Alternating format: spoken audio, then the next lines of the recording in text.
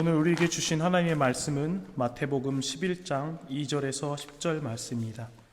마태복음 11장 2절에서 10절 말씀입니다. 찾으셨으면 제가 봉독하겠습니다.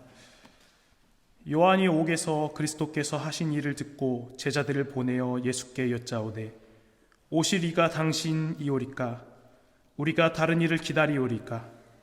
예수께서 대답하여 이르시되 너희가 가서 듣고 보는 것을 요한에게 알리되 맹인이 보며 못 걷는 사람이 걸으며 나병 환자가 깨끗함을 받으며 못 듣는 자가 들으며 죽은 자가 살아나며 가난한 자에게 복음이 전파된다 하라.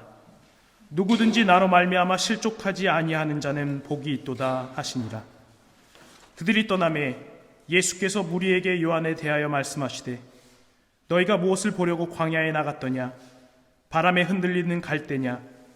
그러면 너희가 무엇을 보려고 나갔더냐? 부드러운 옷 입은 사람이냐?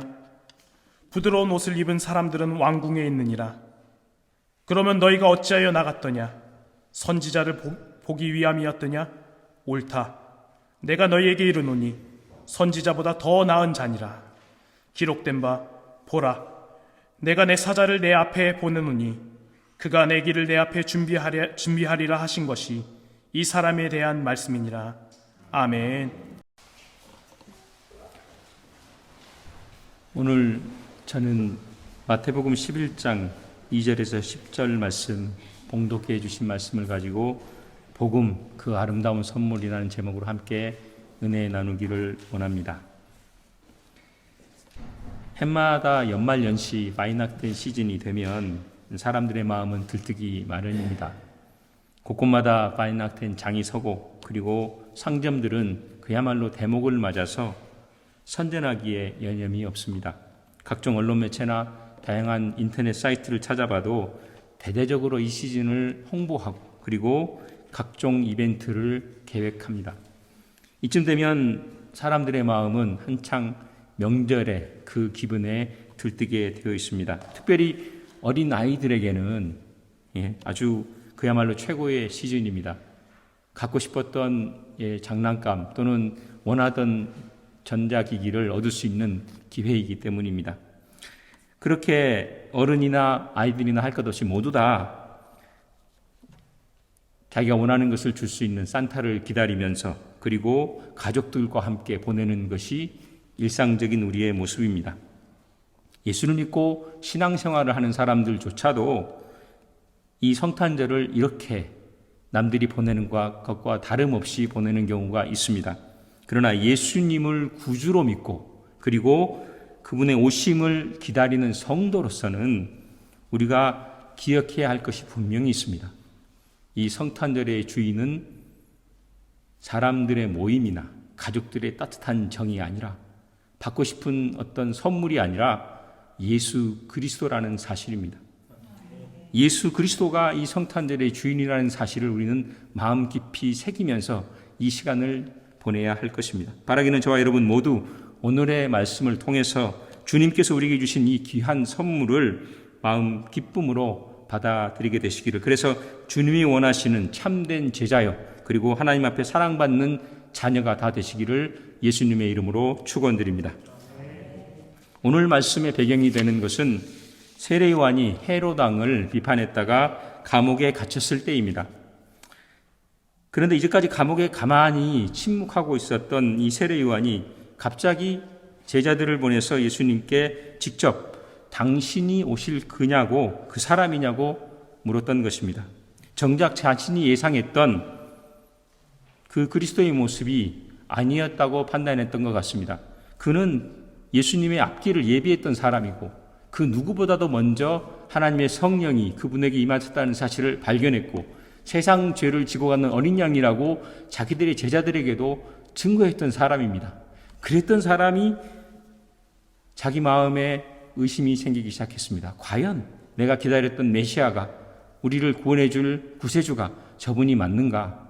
그래서 제자들을 보냈습니다. 세례 요한은 제자들에게 이렇게 묻기를 원했습니다. 모세와 선지자들이 예언한 앞으로 오실 그분, 예언했던 그분이 바로 당신이 맞습니까?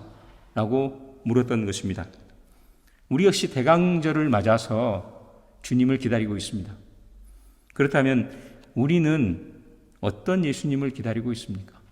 어떤 예수님을 맞이하고 있습니까? 혹시 우리가 기대하는 예수님과 그리고 우리를 찾아오신 예수님은 혹시 다른 분은 아닙니까?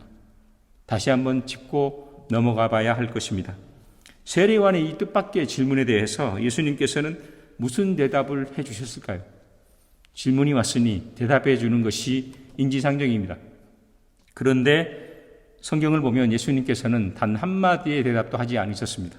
대신에 그분이 지금 무슨 사역을 하고 계시는지를 잠잠히 보여주셨습니다.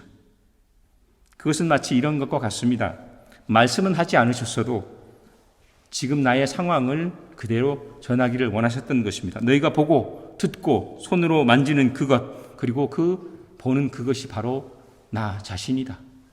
고로 이사야와 선지자들이 예언했던 것처럼 내가 못 걷는 사람을 걷게 만들며 맹인의 눈을 뜨게 하며 병든 자를 고치는 것을 너희들이 가서 전하라. 너희들이 직접 보았으니 다른 대답이 따로 필요하지 않을 것이다 라고 하는 것이 함축되어 있는 것입니다. 본 바를 전하라는 것입니다. 그리고 바로 이것이 예수님께서 이 땅에 오신 목적이었습니다. 그리스도가 왕으로 다스리는 그 나라에서는 눈먼 자가 또는 저는 자가 병든 자가 못 듣는 자가 하나님 앞에서 아무것도 아닌 사람들, 세상 앞에서 버림을 받고 그리고 무시당하는 그 사람들이 하나님의 참된 위로와 도우심을 받게 된다는 것입니다. 왜냐하면 만왕의 왕이요 만주의 주가 되시는 그 예수님은 세상의 주인이 되시고 우리의 삶을 죽음에서 생명으로 이끌어 주실 유일한 구원자가 되시기 때문입니다. 고로 그 예수님이 함께 하시는 자리는 그곳이 사망의 구렁텅이라고 할지라도 그곳에는 반드시 진리와 사랑이 소망과 생명이 넘쳐나게 되는 것입니다. 주님이 계시면 그 자리에 생명이 싹터 올라오는 것입니다. 주님이 거기 계시면 병든 자가 낫게 되고 주님이 함께 하시면 못 듣는 자가 듣게 되고 주님이 함께 하시면 보지 못했던 자가 보게 된다는 것입니다. 때문에 이 주님께서 이루어지는 이 나라가 이 땅에 이루어지게 해달라고 우리는 날마다 주기도문을 통해서 기도합니다. 더 중요한 것은 이 하나님의 나라가 우리의 마음속에도 이루어지기를 바라야 하는 것입니다. 하나님의 나라가 이루어져서 주님이 지배하는 나라가 내 안에 있게 해 주시옵소서. 주님이 나의 진정한 왕이 되어 주시옵소서. 이러한 기도가 우리에게 날마다 있어야 하는 것입니다. 왜냐하면 우리의 왕 되시는 예수님은 세상이 아무리 하려고도 노력해도 할 수 없는 그것을 해 주실 수 있는 분이시기 때문입니다. 오직 하나님의 독생자이신 예수님만이 죄로 인해서 타락하고 하나님과 원수가 되었던 사람을 하나님의 자녀로 바꿀 수 있는 통로가 되는 것입니다. 그분만이 우리를 죽음에서 생명으로 이끌어 줄 수 있는 유일한 구원자가 되시는 것입니다. 그래서 하나님은 예수님은 우리에게 선물인 것입니다. 우리가 갖고 있지 못하고 우리에게서 나올 수 없는 그것을 하나님은 통째로 선물해 주셨던 것입니다. 이것이 바로 이렇게 예수님과 함께 하는 것, 예수님을 품고 사는 것, 주님이 나의 주인으로서 살아가는 이것이 신앙이 가능한 이유이며 그것이 바로 우리를 살리는 것입니다. 가난한 사람에게 하루 먹을 것도 걱정해야 하는 그 사람에게 돈과 부유함이란 아주 마음으로부터 듣고 싶어하는 복음일 것입니다. 몸이 불편한 사람에게 건강한 몸, 건강한 삶은 꿈에도 받고 싶어할 선물일 것입니다. 그러나 누구나 다 알듯이 이 모든 것들, 돈과 재물, 건강은 인간의 마지막 절망인 죽음 앞에서 무너져 내립니다. 아무리 잘 살고 아무리 편안한 삶을 누렸다 할지라도 죽음이라고 하는 절망 앞에서는 할 말 없이 다 짐을 내려놓게 되어 있는 것입니다. 그러나 우리 주님께서 주시는 그것은 전혀 다른 것입니다. 우리 주님께서 허락해 주신 것은 우리의 삶을 새롭게 하고 우리의 삶을 죽음 넘어서 저 영원한 삶까지 이끌어 가시는 주님의 놀라운 계획 가운데 있는 것입니다. 그런데 우리 주님께서 뜻밖의 말씀을 하나 덧붙이셨습니다. 누구든지 나로 말미암아 실족하지 아니하는 자는 복이 있도다 하시니라. 즐거운 소식, 복음이 전해졌는데 그 즐거운 소식을 듣고 누군가는 실족한다는 것입니다. 누군가는 하나님의 길에서 멀어진다는 것입니다. 누군가는 구원받지 못하고 그 너머로 넘어가 버린다는 것입니다. 왜냐하면 주님과 관계가 없는 사람은, 주님하고 맞닥뜨리지 않는 사람은 주의 말씀에 귀를 들으려고 하지도 않고 주의 말씀과 그 모든 것에 관심이 없기 때문입니다. 성탄절을 기념하면서 성탄절의 주인이신 예수님은 잊어버리고 예수님과 상관없는 명절을 기뻐하고 즐거워하는 사람들은 바로 이와 같은 사람들입니다. 우리는 그 한 예를, 아주 자명한 예를 바리새인과 서기관과 율법사들을 통해서 볼 수 있습니다. 그들 스스로는 하나님께 가장 가까이 있다고 생각했습니다. 하나님 앞에 제사를 드리고 자신의 전 생애를 하나님 앞에 헌신했던 사람들이었습니다. 성경을 통달하고 말씀 한 절 한 절을 다 기억하고 그 말씀대로 따라 산다고 스스로 자랑했던 사람들이었습니다. 그런데 정작 성경이 그토록 예언했던 예수님을 그들이 맞닥뜨리자 오히려 그들은 그 예수님을 믿을 수가 없었습니다. 눈앞에 있는 예수님을 받아들일 수가 없었습니다. 주의 놀라운 행적과 기적, 주의 놀라운 말씀을 들었음에도 불구하고 받아들여야 하지 않고 오히려 주님을 신성모독으로 고소하고 그리고 이단으로 몰아서 죽이려 했던 것입니다. 왜냐하면 바리새인과 서기관과 율법사들, 제사장들에게는 예수님은 필요한 존재가 아니었기 때문입니다.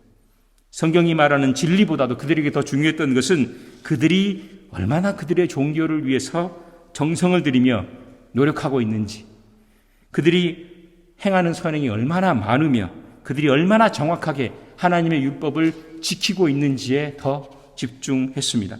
그렇게 그들은 그들 자신만으로 충분했습니다. 이만하면 천국에 갈 만하다. 이만하면 하나님이 나를 기뻐서 받아들일 것이다 라고 생각했던 것입니다. 하지만 우리 주님 이러한 사람들조차도 불쌍히 여기시고 이 돛짝박 같은 마음에 복음의 씨앗을 뿌리기를 원하셨습니다. 실제로 주님은 여러 방법으로 그들을 설득하고 주의 길을 보여주셨습니다. 그러나 그들은 오히려 예수님을 죽이려고 공격했던 것입니다. 때문에 주님은 이처럼 충분하다고 스스로 거룩하고 신실하다고 자부하는 사람들은 버리시고 이제 자신의 부족함을 깨닫고 고개를 들어서 하나님을 쳐다보지도 못하는 세리 같은 사람들을 찾으시기 시작했습니다. 우리도 주님 앞에 나올 때 우리 자신을 돌아봐야 할 것입니다. 우리가 얼마나 부족했던 사람인지, 얼마나 연약했던 사람인지, 버림을 받아야 마땅함에도 불구한 사람이라는 사실을 우리는 깊이 깨달아야 할 것입니다. 그래야 주님을 받아들일 수 있는 마음의 자세가 생기는 것입니다. 그래야 하나님 아버지께서 우리에게 허락해 주신 은혜와 그 영원한 축복을 발견할 수 있습니다. 우리 자신만으로 충분한 사람은 하나님이 예비하신 것을 볼 수 없게 되는 것입니다. 이처럼 신앙생활은 처음부터 끝까지 주님 안에서 주님을 바라보느냐 그렇지 않느냐에 달려 있습니다. 하지만 경험상 쉽지 않다는 것을 우리는 잘 알고 있습니다. 주님 뜻대로 주님 안에 거하려고 하지만 우리의 결심이 약하고 그리고 이 세상의 환경과 풍조가 너무 거세서 굴복한 적이 한두 번이 아닌 것입니다. 그때마다 우리는 우리의 연약함을 애통해하고 슬퍼합니다. 그러나 우리 주님은 이 연약함 또한 모르시는 분이 아니셨습니다. 이를 위해서 우리 주님은 이미 보혜사 성령을 보내주셔서 그분이 영원토록 우리와 함께 하시겠다고 약속해 주셨습니다. 우리가 하나님과 함께 하는 것, 그것은 후히 주시고 꾸짖지 아니하시는 하나님께 구하면 물을 붓도록 허락해 주시는 성령의 능력 때문에 가능한 것입니다. 하나님과 동행하는 것이 어려운 일이 아닙니다. 엎드려 기도하면 하나님이 주시겠다고 약속하신 성령이 함께하면 그제서야 주의 말씀이 깨달아지는 것입니다. 그제서야 하늘나라가 보이게 되는 것입니다. 주님과 함께 살아가는 이것이 신앙의 핵심이며 주님과 동행하는 것입니다. 때때로 하나님은 하나님을 신뢰하는 사람의 삶 가운데 고난과 공경을 허락하실 때가 있습니다. 하나님께서 그렇게 하시는 이유는 우리를 심판하시거나 꾸중하기 위함이 아닙니다. 아무도 자기 자녀를 죽이기까지, 멸망에 이르기까지 훈계하지 않습니다. 하물며 좋으신 아버지라고, 한없이 우리에게 사랑을 주시는 아버지가 감히 우리를 죽음으로 내모시겠습니까? 하나님이 그렇게 하시는 이유는 우리의 마음이 이 허망한 이 땅에 지금 마치 전부라고 느껴지는 이 감각이 살아있는 이 땅에 집중하지 않게 되기를, 그래서 세상에 머물지 않고 하늘나라를 향해서 가게 하기를 원하시기 때문입니다. 이를 통해서 보이지 않는 하나님의 나라를 보게 하시며 들리지 않는 그 나라를 듣게 하시며 지금 여기 임하여 있는 하나님의 나라를 그들 자신의 입으로 그리고 그 손으로 만지게 해주시는 것입니다. 우리의 상황이 편안하고 아무것도 문제가 없을 때는 주의 나라가 보이지 않을 때가 많이 있습니다. 주님, 여기가 좋사오니 여기 있게 해주시옵소서, 이 상황이 그대로 유지되게 해주시옵소서 간절하게 구할 때가 있습니다. 그러나 주님 우리에게 오셔서 말씀하십니다. 여기가 우리가 머물 곳이 아니라는 사실을, 우리가 바라봐야 할 곳은 저 하늘에 있는 것입니다. 주님께서 우리에게 오시면 그제서야 주님이 우리 가운데 하시는 일이 보입니다. 주께서 어제나 오늘이나 영원토록 변함없이 우리 곁에 계시면서 우리의 삶 가운데 오셔서 지금도 눈먼 자를 보게 하시고 저는 자를 걷게 하시고 가난한 자에게 복음을 전하여 주셔서 상처 있고 상한 마음을 위로하고 계시다는 사실을 알게 되는 것입니다. 그러나 반대로 세상은, 이 세상 자체는 예수 그리스도에 인해서 실족하게 될 것입니다. 왜냐하면 그들의 눈에는 예수님 따라 살아가는 것이 허망해 보이기 때문입니다. 이 화려하고 위대한 세상의 영광에 비하면 예수 그리스도의 영광은 가치를 느끼지 못할 만큼 작게 보이기 때문입니다. 그리스도를 따라서 살아가는 그것이 터무니없이 보이기 때문입니다. 그래서 예수님을 쫓아 예수님의 마음으로, 예수님의 생각으로 사는 그 사람은 곧바로 세상을 거스르게 되고 그리고 세상과 원수가 됩니다. 세상에 만족하는 삶을 사는 사람에게는 문제가 없지만 주님 뜻대로 살아가는 사람에게는 반드시 문제가 생깁니다. 왜요? 삶의 기준이 예수님이기 때문입니다. 만약 우리가 세상 가운데서 복음을 고백하고 예수님 때문에 뭔가 하기를 원한다면 우리는 곧바로 사단과 세상의 공격에 직면하게 될 것입니다. 바로 이러한 세상에 대해서, 이러한 세상의 공격에 대해서 주님께서 우리에게 해야 할 일을 한 가지 명령하셨습니다. 그것은 바로 우리의 십자가를 지는 것입니다. 우리의 십자가로 하니까 나를 괴롭히는 어떤 것이라고 생각할 때가 있습니다. 그러나 우리가 지어야 할 진짜 십자가는 자기라고 하는 십자가입니다. 나라고 하는 십자가를 등에 메어지고 예수님을 바라보고 따라가는 그 삶이 신앙생활입니다. 날마다 나의 삶의 만족을 위해서 살아가는 것을 원하는 나를 뒤로 물리치고 주님을 앞세워서 주님에 따라 살아가는 것, 주님을 기다리는 것, 그것이 자기 십자가를 지는 것입니다. 예수 그리스도를 신뢰하기보다 우리 자신을 신뢰하게 되면 우리는 반드시 실족하게 될 것입니다. 하나님의 은혜와 복음을 신뢰하기보다 내가 얼마나 큰 일을 행했는지, 신앙생활을 하면서도 내가 얼마나 잘 인내하고 참고 있는지, 내가 얼마나 고상한 신앙을 갖고 있는지 거기에 시선이 머물게 된다면 그야말로 선줄로 알았으나 넘어지는 자인 것입니다. 나아가 내가 겪고 있는 고난이 얼마나 크고 얼마나 무서운 것인지, 얼마나 힘든 것인지에 머물러 있어서 마음이 낭망하고 있다면 그 사람은 분명히 실족하게 될 것입니다. 왜냐하면 우리에게는 이런 일을 해결할 수 있는 능력이 근본부터 없기 때문입니다. 내가 아무리 노력하고 아무리 고민하고 아무리 어떤 수를 써서 풀려고 할지라도 풀 수 없는 문제가 우리 인생에 놓여져 있기 때문입니다. 그렇기 때문에 우리에게는 하나님의 선물이신 예수님이 필요한 것입니다. 예수님이 우리와 함께 해야 이 삶의 문제가 해결되어지게 되는 것입니다. 주님만이 우리의 생명이며 빛이시기에 주님께서 우리와 함께 하셔야 함으로 우리의 삶이 생명을 얻게 되고 우리의 신앙이 살아 움직이게 되는 것입니다. 신앙생활은 혼자 하는 것이 아닙니다. 주님께서 원하시는 것을 적당히 만들어서 드리면 주님이 기뻐할 것이라고 착각할 때가 있습니다. 주님 보시기에 이만하면 받으실 거라고 착각할 때가 있습니다. 그 잘못을 저지른 사람이 바로 사울입니다.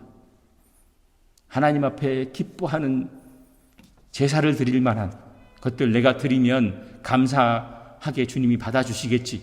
큰 착각이었습니다. 그것이 중요한 것이 아니라 지금 주님이 내게 뭐라고 말씀하셨는지를 기억하는 것이 중요한 것입니다. 주님과 맞닥뜨려서 그 주님이 원하시는 것에 반응하는 것이 신앙입니다. 우리는 가끔 가다가 나 혼자 신앙을 가지고 살아갈 때가 있습니다. 내 착한 생각으로 하나님을 기쁘시게 하려고 할 때가 있습니다. 그렇지 않습니다. 가까이 사는 형제, 부부, 친구들 사이에도 보십시오. 내가 좋아하는 것 준다고 그 사람이 무조건 좋아합니까? 그렇지 않습니다. 인격이 넘치고 관계가 깊어질수록 그 사람의 마음을 살핍니다. 무엇을 좋아할지, 어떨 때는 좋았지만 어떨 때는 싫어할 수도 있습니다. 그때 마음을 살펴서 배려해주고 그 마음에 드는 것을 제공해 주는 것이 진짜 좋은 인간관계입니다. 하나님은 더 깊은 관계를 우리에게 원하십니다. 더 예민한 관계를 원하십니다. 우리의 삶의 모든 환경에서 주님과 대화하며 살아가기를 원하십니다. 우리가 그 시선을 놓쳐버리면 내가 갖고 있는 것에 집중하게 되고 결국 바리새인들처럼 나를 자랑하고 하나님을 놓쳐버리는 오류를 범하게 되는 것입니다. 신앙이 깊어지고 연조가 깊어질수록 나라고 하는 십자가를 등에 걸머지고 주님만을 바라봐야 할 것입니다. 오늘날 예수 그리스도의 복음은 가치를 잃고 땅에 떨어졌습니다. 교회의 권위가 땅에 떨어졌습니다. 한국의 젊은이들 중에 10명 중에 2명만 예수를 믿는 데입니다. 부모님들이 수없이 교회를 나가도 젊은 사람들의 80%는 예수님하고 관계없는 삶을 살고 있습니다. 이게 현실입니다. 우리 다음 세대에 과연 교회가 채워지겠습니까? 하나님의 복음이 살아남겠습니까? 고민해 봐야 할 것입니다. 그런데 이 복음이 전해진 경로가 있습니다. 하나님의 말씀이 여기까지 온 이유가 있습니다.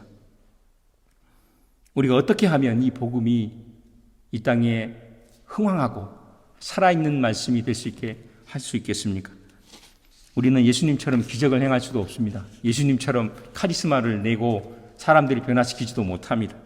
더더군다나 날마다 나를 짊어지고 가는 것도 힘든 사람들입니다. 그럼 어떻게 해야 더더군다나 복음에 대해서 관심도 없고 차갑게 외면하는 사람들에게 이 복음을 전할 수 있을까요? 예수님조차도 배척을 당했습니다. 우리가 알다시피 주님이 오셔서 말씀을 전했음에도 불구하고 그들은 예수님을 믿으려 하지 않았습니다. 그리고 그들은 예수님을 십자가에 못 박아 죽이기까지 했습니다. 이것만 보면 절망스럽습니다. 그러나 이 불가능한 일이, 이 놀라운 복음의 역사가 지금에 이르기까지 우리의 귀에까지 들어온 경로가 있습니다. 그것은 주님을 붙잡고 주님을 놓치지 않고 끊임없이 살아온 성도들의 삶 때문입니다. 우리 믿음의 선진들을 한번 찾아보십시오. 그들이 유명했습니까? 그들이 부자였습니까? 그들이 권력과 힘을 가지고 있었습니까? 그렇지 않습니다.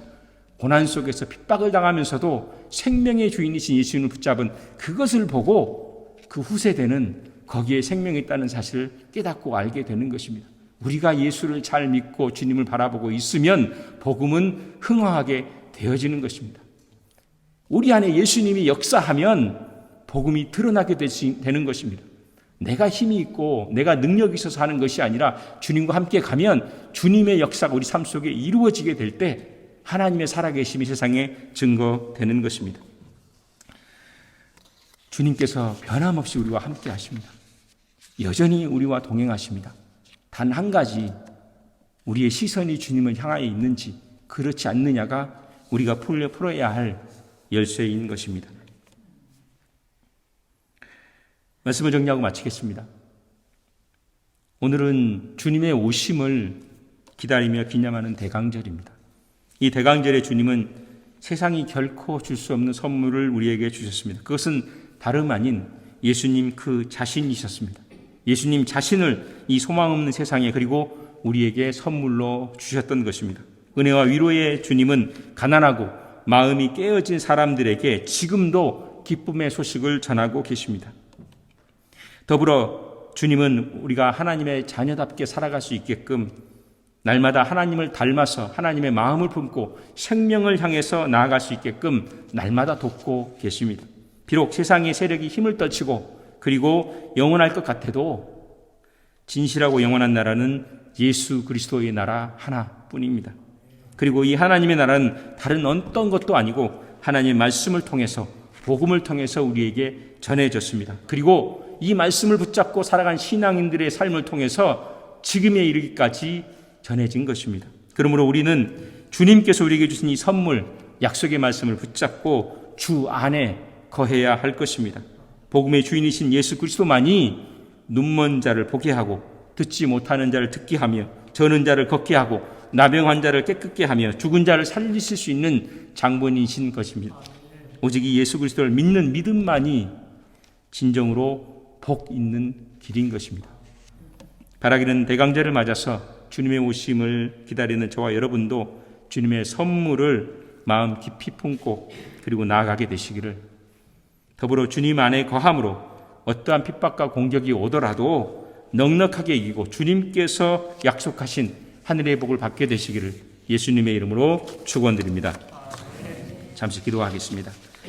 우리 시간 다 같이 합심으로 통성으로 기도하시겠습니다. 주님께서 함께 하시면 우리가 할 수 없는 가난한 자에게 복음이 전해지고 눈먼 자에게 봄이, 그리고 귀가 다친 자에게 들림이, 병든 자에게 고침이 임합니다.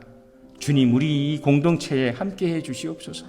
주님께서 역사해 주셔서 우리만의 모임이 아니라 하나님의 역사가 일어나서 우리 가운데 진정한 주님의 역사가 이루어지게 해 주시옵소서. 이를 통하여 많은 이들이 주님을 발견하고 그들도 우리와 같이 주님을 믿게 해 주시옵소서.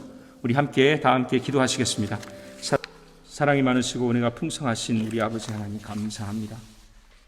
우리가 하나님과 원수가 되어서 버림받고 멸망을 당할 위기에 있었는데 주께서 우리를 사랑하여 주셔서 독생자 예수 그리스도를 보내주시고 우리 때문에 죽게 하시고 우리 때문에 부활하게 해주셔서 우리로 하여금 하나님 자녀되게 해주시니 감사합니다. 주님 오시는 기뻐하는 이 대강절에 이 은혜를 다시금 생각하고 마음 깊이 품고 주님께로 가게 해 주시옵소서. 주님과 동행하는 삶을 살게 해 주시옵소서. 우리 공동체 가운데 주님이 임하여 주셔서 주께서 말씀하신 것처럼 저는 자가 걷게 하시고 눈먼 자가 보게 하시고 듣지 못하는 자가 듣게 하시고 병든 자가 고침을 받고 하나님 앞에 나와 찬양하는 역사가 있게 해 주시옵소서. 우리를 긍휼히 여겨주시고 하나님의 은혜 가운데 채워주시옵소서. 주님께서 우리 가운데 함께해 주심을 믿사옵고 예수님의 이름으로 감사하며 기도합니다. 아멘. 이 시간